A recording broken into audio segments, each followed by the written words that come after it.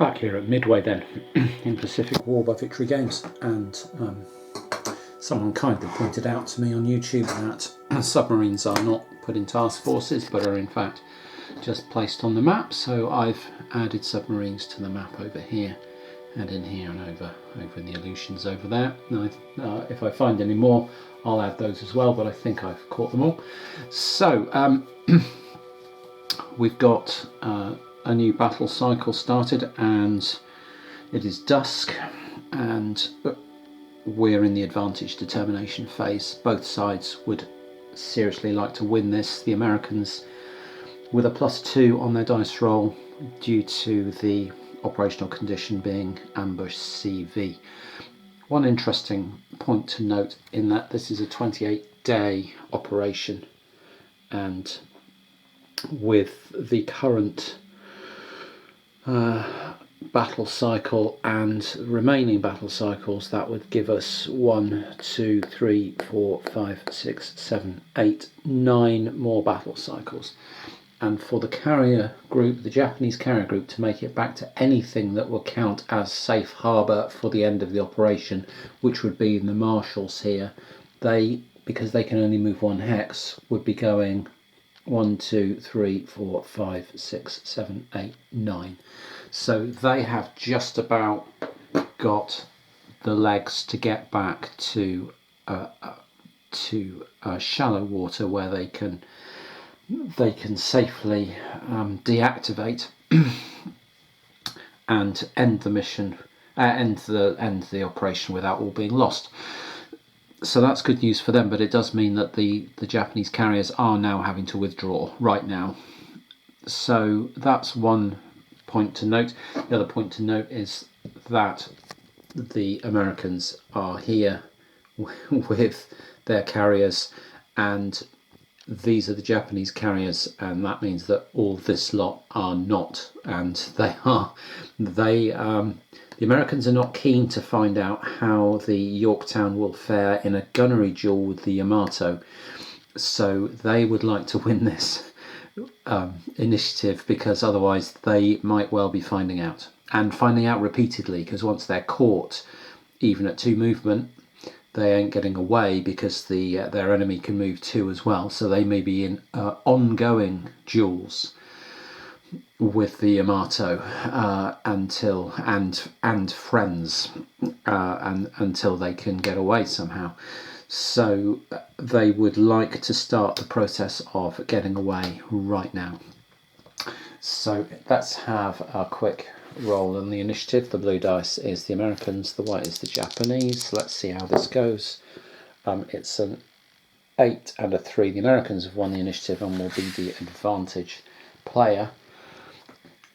So we're into advantage movement, and it's up to the US to come up with some sort of plan. They've also got to wonder what they're doing over here in the Aleutians, are they trying to recapture? What are they trying to recapture? They've got to think about that as well, but their main focus is here in the around Midway, where they have some thinking to do about how to get their carriers out of the firing line of some very angry Japanese battleships. So let's get going. Well, amazingly, the Americans had 6 search rolls with aircraft based out of Midway, long-range aircraft based out of Midway, and aircraft based off their carriers at close range, and simply failed to find any of the Japanese fleet at all. They have not managed to detect a single task force.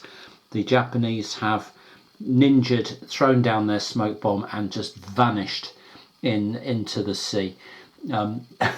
So that was a horrible sort of stereotype, wasn't it? But you know, they've pulled some amazing vanishing act, and disappeared.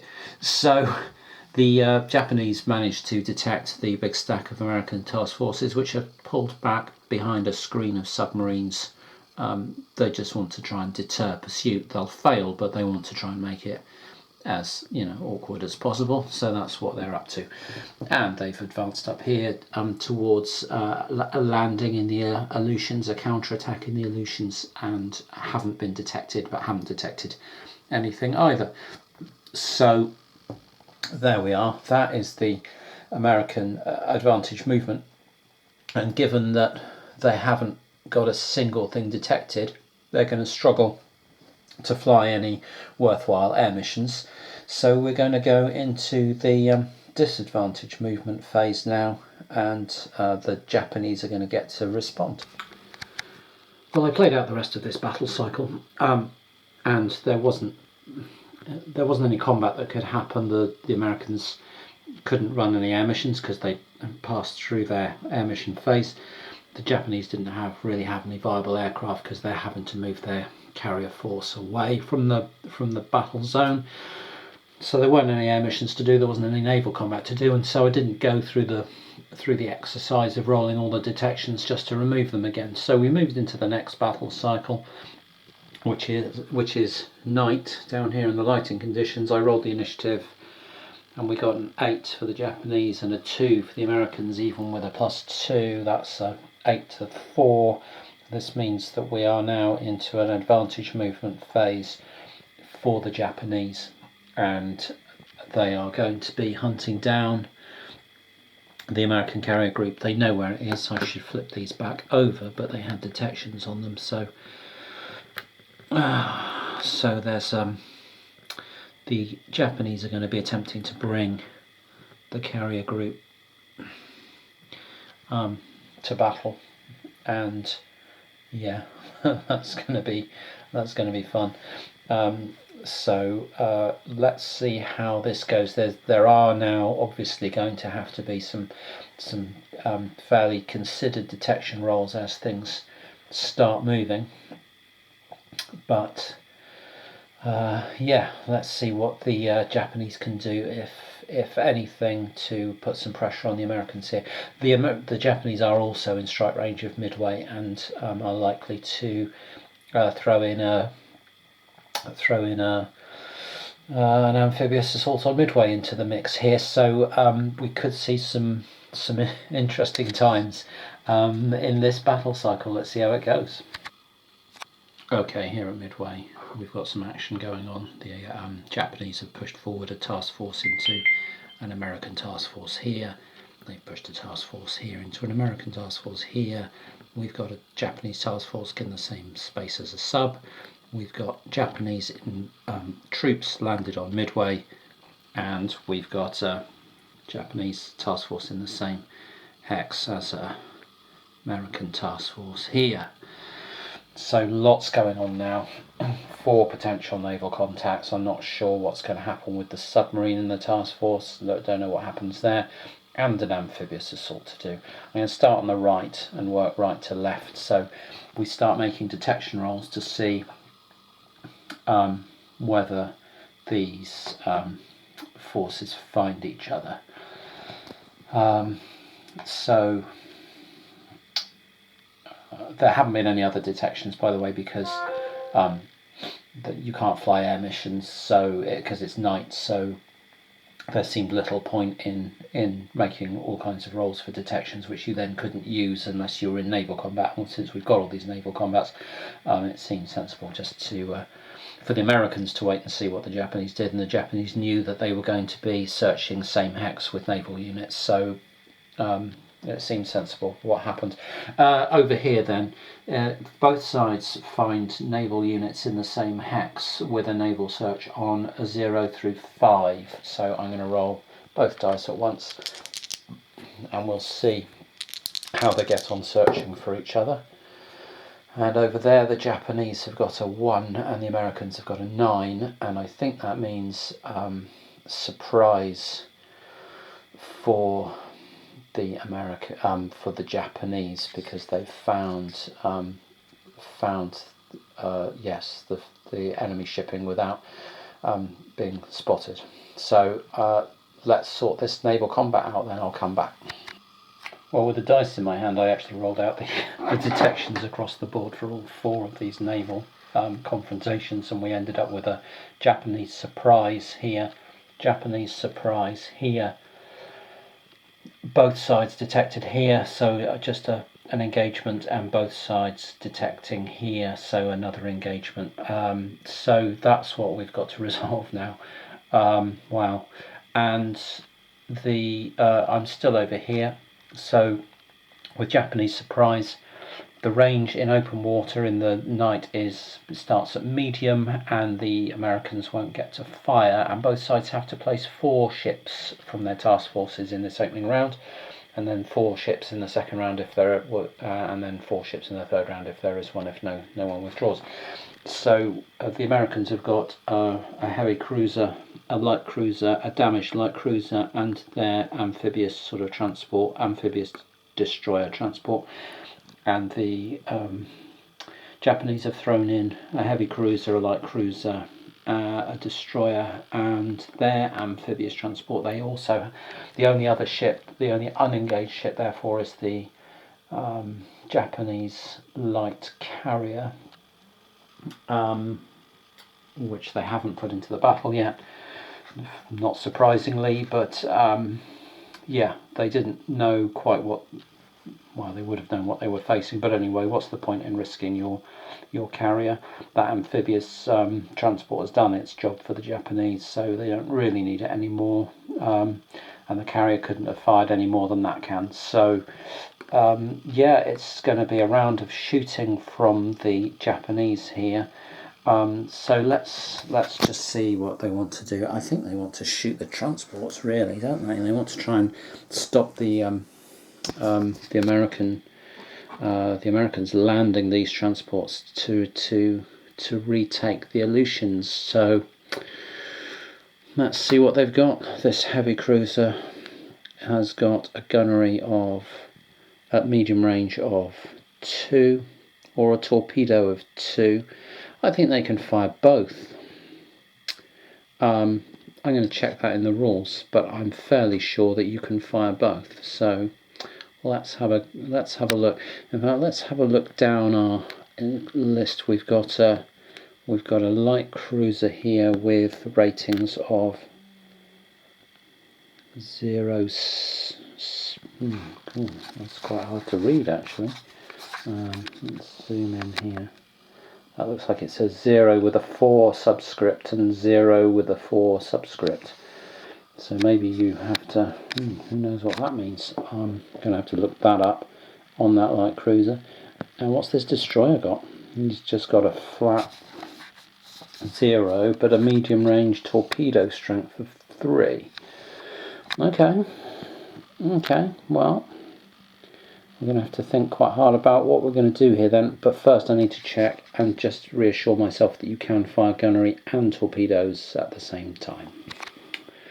So the answers to my questions were, yes, you can fire both gunnery and torpedoes at the same time, but only at the same target. You can't pick different targets for those. You have to engage the same target with both, and you have to declare both shots and then resolve them. You can't just see what the effects of one are and then decide to do the other. So that's the rules on that. And the 0-4 ratings on this, that's a less than 0 rating, essentially. On the charts there's a less than 0 combat rating, or which means you have to roll a 0 and then a 0 through 4 to have an effect. So it's like somewhere between 0 and 1. It's like having a rating of 0.5 or something.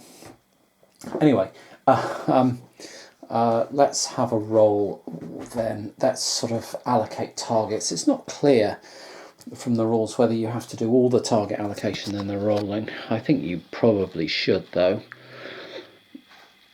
So let's say that the cruiser with its gunnery of 2 and torpedoes of 2 is going to launch all that lot at the what shall we say, at this transport here, and then we've got some sketchy 0-4s and then which we will fire at this damaged light cruiser here.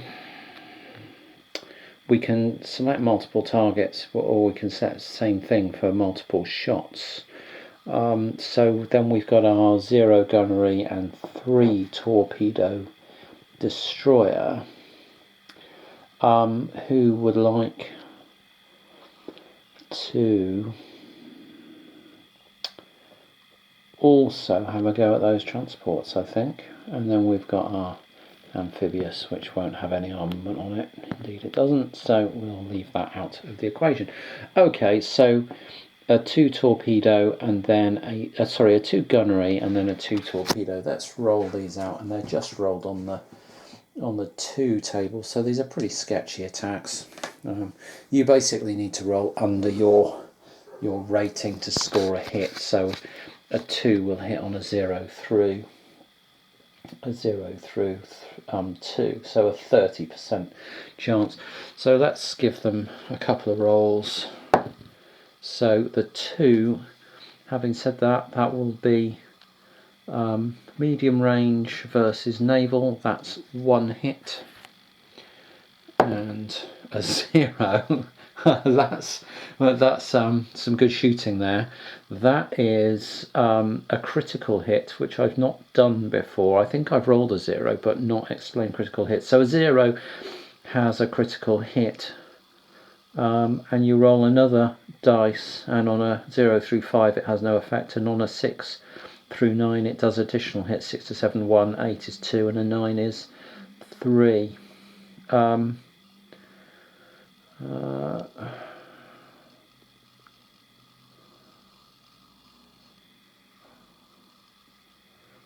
Yes, so that's going to be, what's the basic hits that causes? That is medium range versus naval. Oh no, it's torpedo versus naval. That's 2 hits on the torpedo versus naval column, and a bonus if they can roll high. So that's a 1 and they don't, so that's a total of 3 hits so far on that transport. I'll just find a dice and keep tally on that. Then let's do this other guy also firing torpedoes at him. So this is a 3 strength torpedo at medium range that's being fired at those same transports, and he's got a 3, and that is probably going to be another hit. That is another hit. That's 4 hits now on this transport.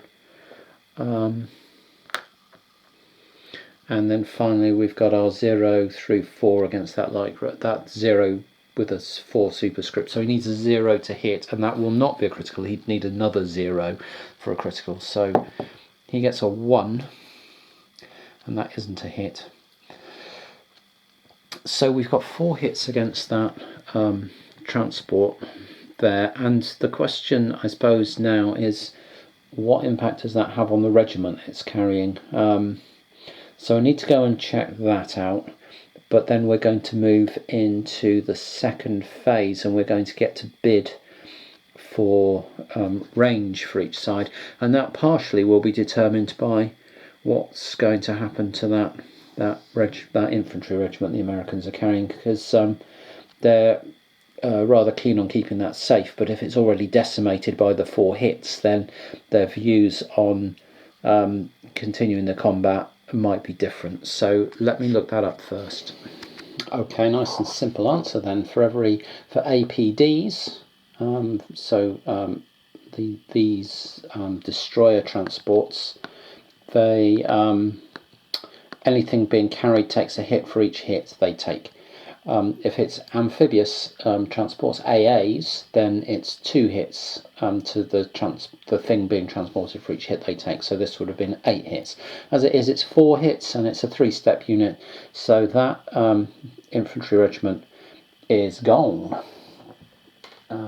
He's said adios, and that does rather mean that the the Americans don't have any reason not to fight back here, because it's not like they're protecting. It's not like they're protecting anything now. So we've got some bids to go into the second round of combat, and first, before we do that, I think each side has to add another 4 ships before. So that would mean that the Japanese have to put this CVL into play before we then bid for range. And that might make things interesting for the Americans, because they might quite fancy closing the range and seeing if they can't do some damage to that CVL, given that they've got a heavy cruiser and 2 light cruisers that could potentially give it some problems. So yeah, and similarly the Japanese might not necessarily want to lose a CVL here. On the other hand, they've done their job of turning the American invasion away to recapture their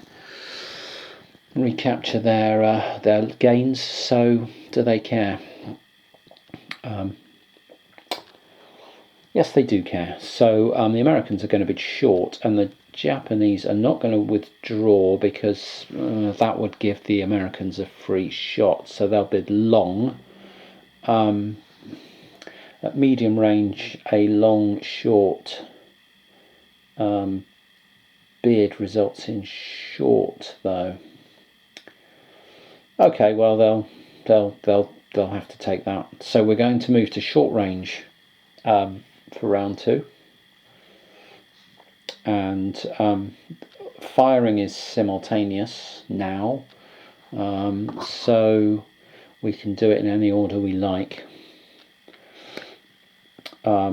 Yes, I'm going to have a quick think, but I might as well do it on camera just for the sake of it. So we've got a CVL, a heavy cruiser, light cruiser, and DD. Now I'm going to have to look at the values on the backs of these and come back with a lineup for each side's attacks.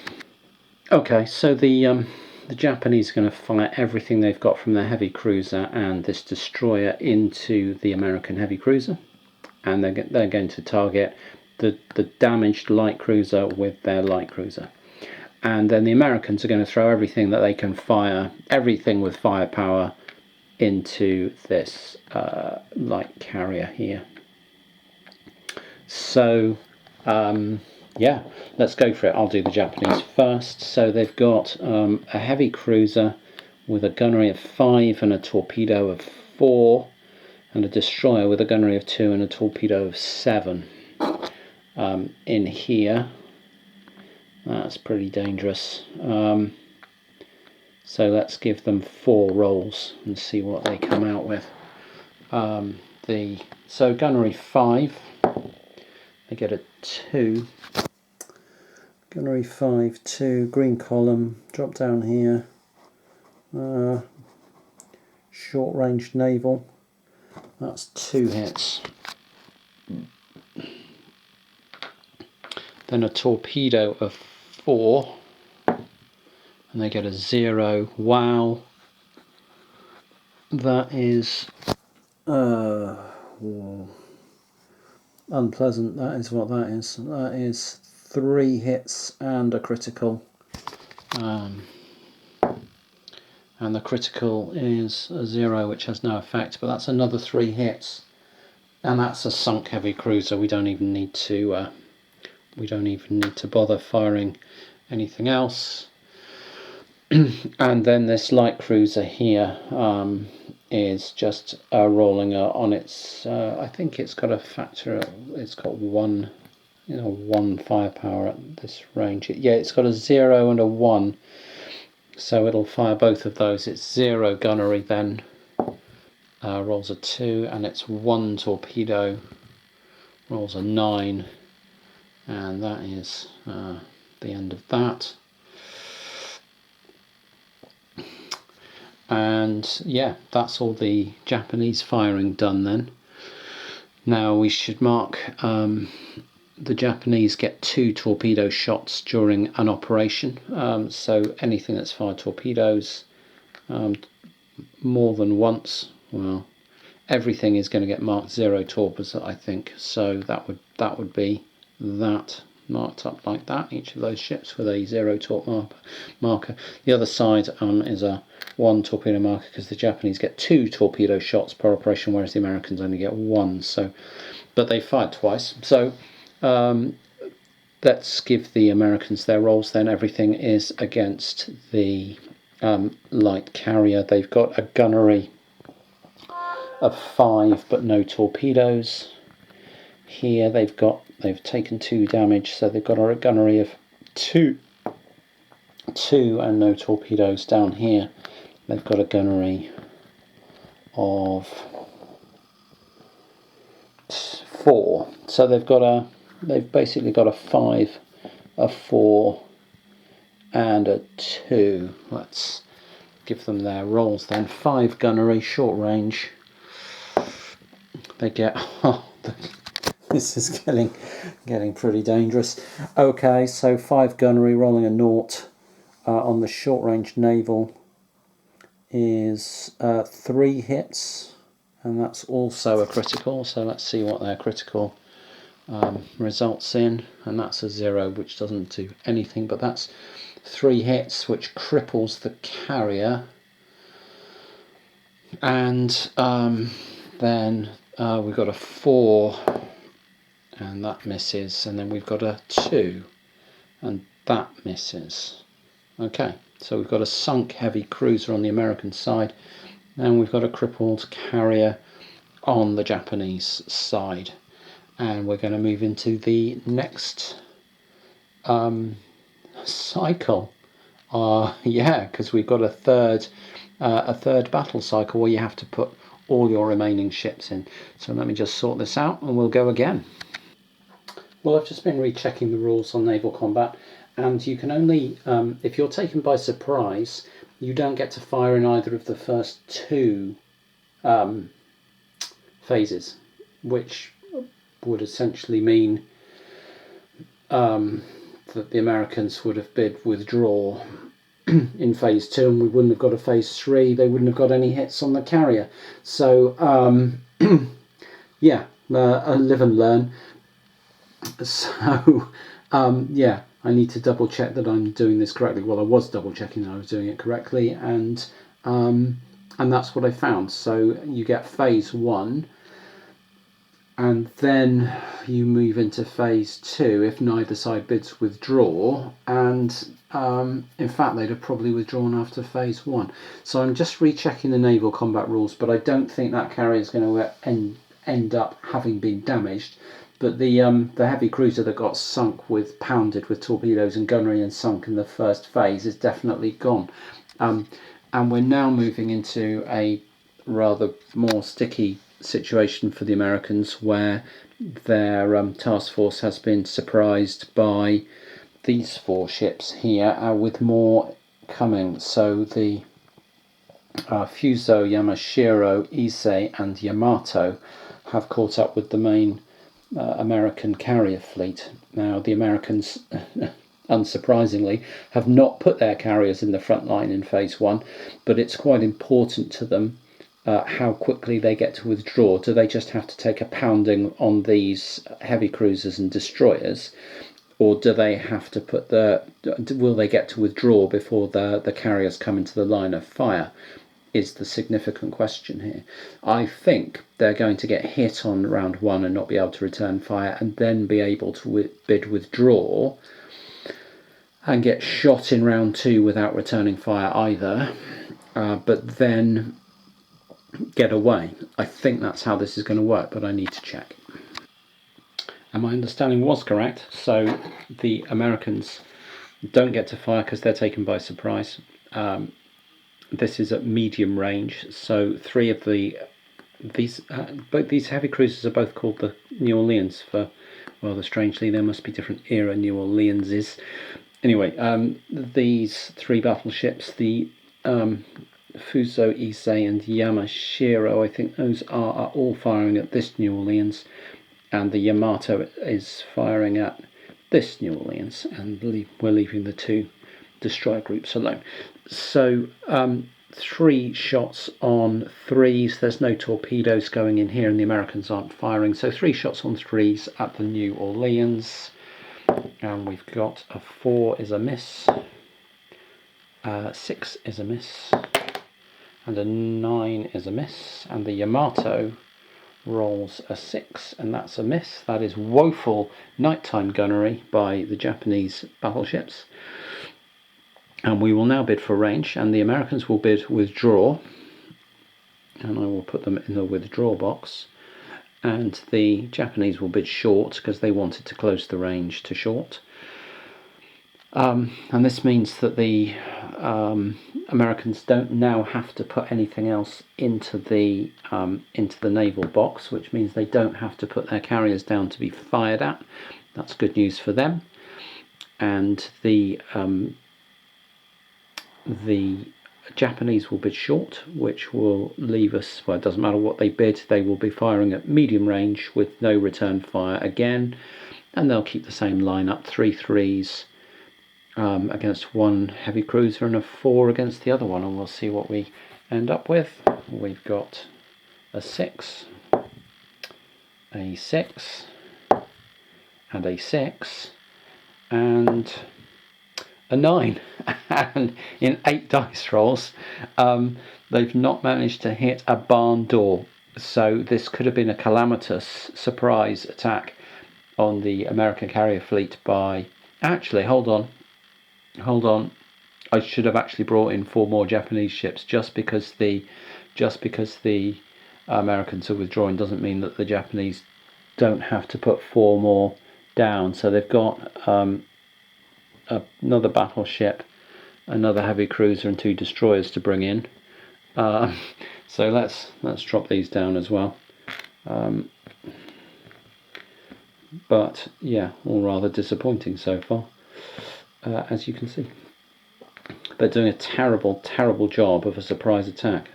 The surprise attack was brilliant, but the actual gunnery is woeful. So they'll put another battleship and a heavy cruiser in there. Let's clear these out the way. They've all fired. We'll put another battleship and a heavy cruiser in there, and we'll put a couple of destroyers in here if they can. Actually, we'll fire some torpedoes off with those at that heavy cruiser up there. There we go. We'll just have to ignore the fact that I wouldn't have known the outcomes before this round, before allocating those, but we want to try and sink these 2 heavy cruisers essentially. Yeah, goddamn. Okay, so we've got a 2-3 torpedo attacks against the top heavy cruiser then, and we'll see how this goes. And we've got a 3. That's the first hit, and it's by a destroyer. Isn't that embarrassing for the battleships? That will be 1 torpedo hit and a 6. That's a miss. So we put one hit into the New Orleans there. Okay, and we've got a battleship and a heavy cruiser firing here. Gunnery of 2, and then a 2 and 2 with gunnery and torpedoes. So gunnery of 2 with the battleship. He gets a 0, and is putting the rest of his mates to shame. Okay, that's a critical. Medium range naval is just 1 hit with strength 2, but he does get his critical roll as well, and he gets a 1, and no one has managed to do any additional damage with a critical yet, but that's another that's a hit anyway on the heavy cruiser. And then we've got two factor attacks, one with gunnery and one with torpedoes. So the gunnery is a 6 and the torpedoes is another 0. That's going to be 1 hit with a critical roll and then 8 is 2 additional hits, so that's a total of nothing from the gunnery but 3 from the torpedoes, and that puts the hits up to 4, and that's crippled the heavy cruiser. And so the fact that I remembered to bring in the remainder of the Japanese fleet proved somewhat critical there. So the New Orleans has been crippled there, and the other one's just taken some superficial damage. And we have to withdraw 1 hex, having accomplished the withdrawal. So I'll do that now. I've moved things on a little bit here at Midway. So the Americans had a crippled heavy cruiser.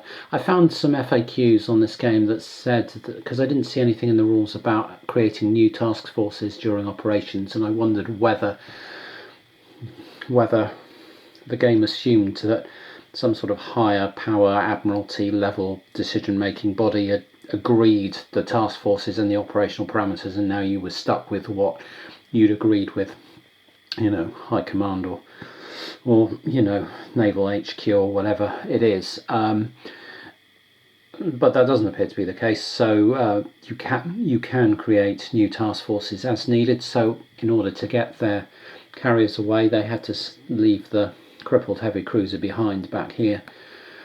We also saw some submarine combat, which is very quick. Basically, you take the number of steps in the submarine of submarines in the hex, and you roll a dice, and if you get less than that, then you get to make the number of attacks of the dice roll. So that's a very easy and elegant mechanic, using the torpedo factors of one of your available subunits in the hex.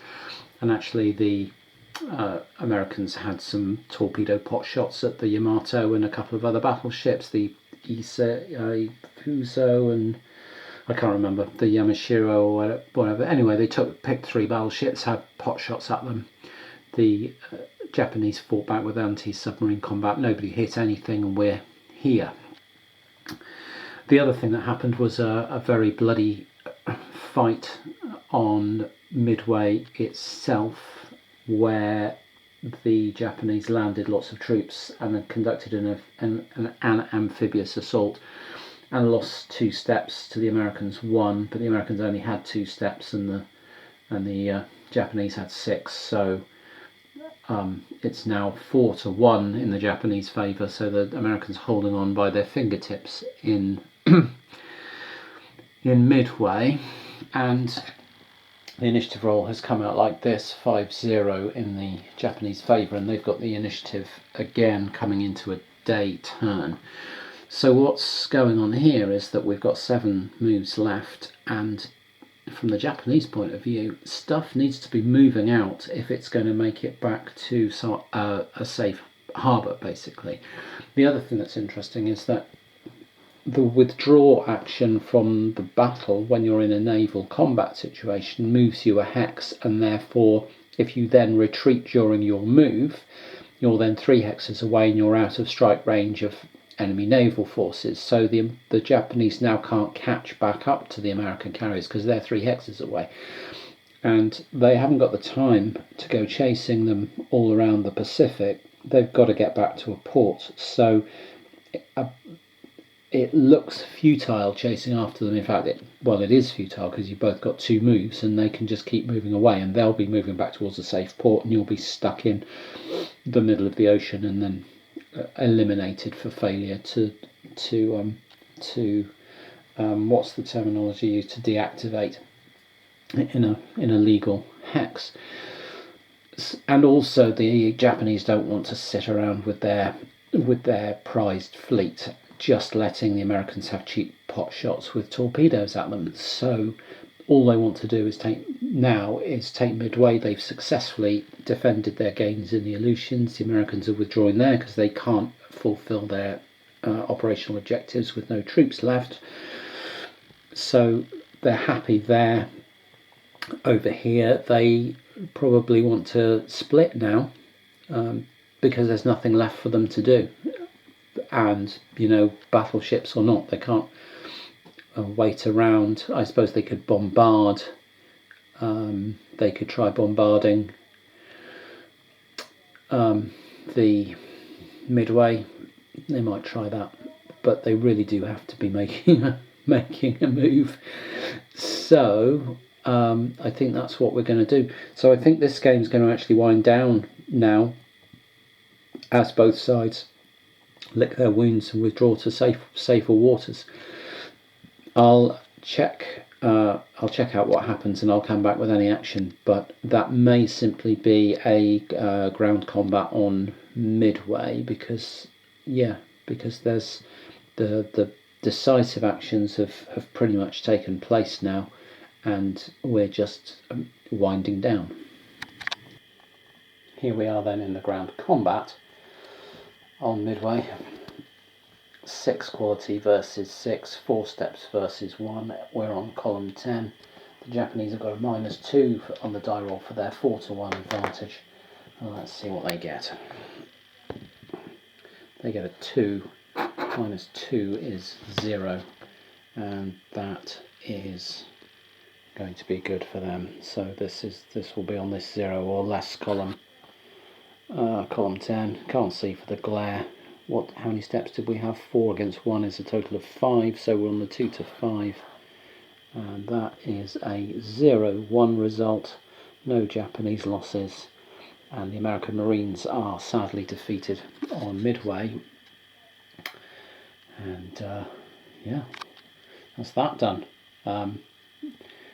All in the dice roll, and suddenly it's all over. So I'll keep pushing on, but it looks like we're headed for some sort of marginal Japanese victory here, unless I don't think there's a lot more to do, to be honest. I'm not going to try and manufacture things to do. I think we've decided the outcome of Midway. It's been a really good game, so I'll probably run the American turn just to see if they have got anything useful that they can do, but I don't think they can. I don't think they've got the troops or the transports or the time to recapture anything. And I don't think they can go chasing after a withdrawing Japanese fleet. That would be pretty suicidal. So I think we probably have to accept the result that we've got now. So yeah, I'll come back with just a quick summary of what each side achieved, and we'll look at what that means in terms of the victory conditions. Well, here's the victory conditions, and by my reading of them, this was a Japanese decisive victory. The Japanese must capture Midway, Kiska and Attu, which they have, and sink as many or more capital ships than they lose. Well, they lost 0. So they have sunk as many as they've lost, because they've lost 0 and they've sunk 0. So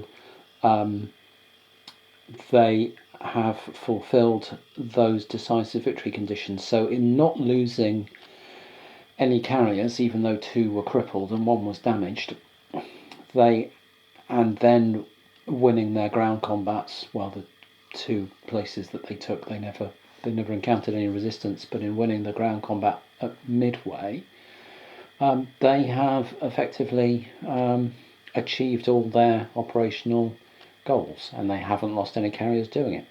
So they can be very, very satisfied with the outcome, and they now control an airfield on Midway, which is going to give them lots of search capability for American forces trying to get out into the Pacific, out of the Hawaiian Islands, and really make life difficult for the Americans. So yeah, that was Midway. We've ended. I've stopped it here because I'm not going to do 6 turns of moving things back to base. That all seems rather pointless. We know what's going to happen here is that everything's going to make a break for anchorages and ports and things that they can deactivate in, and submarines don't need to, as far as I can tell, because they're not task forces, and it's task forces that need to deactivate, blah blah blah blah blah.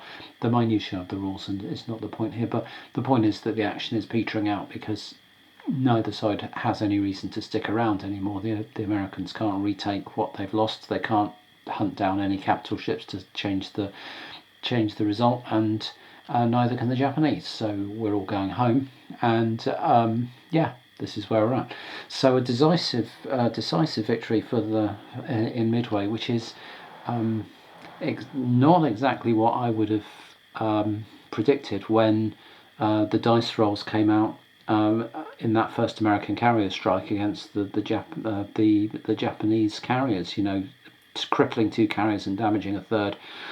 Looked like it was going to be the start of a very successful American defence of Midway, but the way they then had to retreat in the face of pretty overwhelming Japanese firepower from the battleships, and the fact that they hadn't sunk the carriers meant that the Japanese weren't forced into wild attempts to sink American ships in return and make mistakes. They could just carry on with their plan, land their troops as they needed to, keep the American carriers away from the action, and then go home.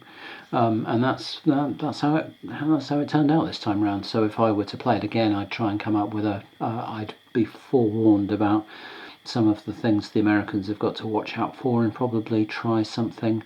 Well, that's obviously hope for just as good an ambush, but then try for a more robust defence of the actual island of Midway, rather than allowing Japanese to roll up to it and land loads of troops on it. Quite what I was supposed to do or I as the Americans were supposed to do to stop that, I don't know, but I don't know if I looked hard enough. I just thought a really decisive carrier strike would probably carry the day for us, and that proved not to be the case. So yeah, lessons learned there. Really enjoying this game still. Lovely operational feel. I like the fact that, you know, I admire the fact and like it and enjoy the fact that even though we're on day 7, we just moved into day 17 out of 28, so we've still got 11 days to go, but both sides can look at the state of play and go, there's nothing more to do here, so operationally we're going home. The result is the result, and we now have to return to base and go from here. That's there's something just really satisfying about that. I like it that you're not sort of trying to eke out some sort of bullshit victory condition in the last turn. I don't like this I won with the last throw of the dice bollocks. I like operational games to have operations where you can clearly see the aims and objectives of each side, and at some point you can look at it and go, nope, that's not happening for us, we need to regroup. And this does that really, really cleanly. Certainly the battle scenarios do. Not going to play a campaign scenario of this for now. I think we're going to move on to something else for a change of pace, but that has been Pacific War by Victory Games, soon to be re-released by GMT. Yeah, hope you enjoyed it.